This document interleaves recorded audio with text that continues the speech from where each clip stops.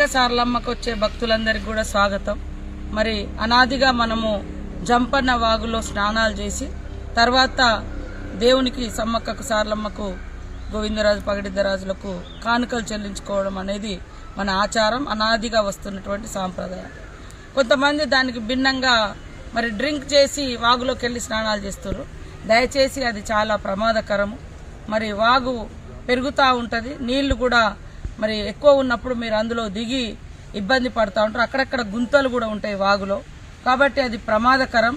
ఎవరు కూడా ముందుగా స్నానాలు చేసినాకనే దేవుణ్ణి మొక్కుకున్నాక మీరు ఏదైనా దేవుడికి కోడో మేకో లేదా మీ ప్రైవేట్ కార్యక్రమాలు ఏదున్నా స్నానాలు చేసిన తర్వాత దేవునికి మొక్కులు చెల్లించుకున్న తర్వాత మీ కుటుంబ సమేతంగా మీరు మంచిగా భోజనాలు వండుకొని తిని ఎంజాయ్ చేయండి. కానీ తాగిన తర్వాత ఎవరు కూడా వాగులోకి దిగొద్దు, అది సరైనది కాదు. ముందస్తు స్నానాలు చేయడమే మన ఆచారము. అదేవిధంగా పిల్లల్ని కూడా ఒంటరిగా వదిలిపెట్టద్దు. వాగులో, జంపన్న వాగులో మీరు దగ్గరుండి స్నానాలు చేయండి.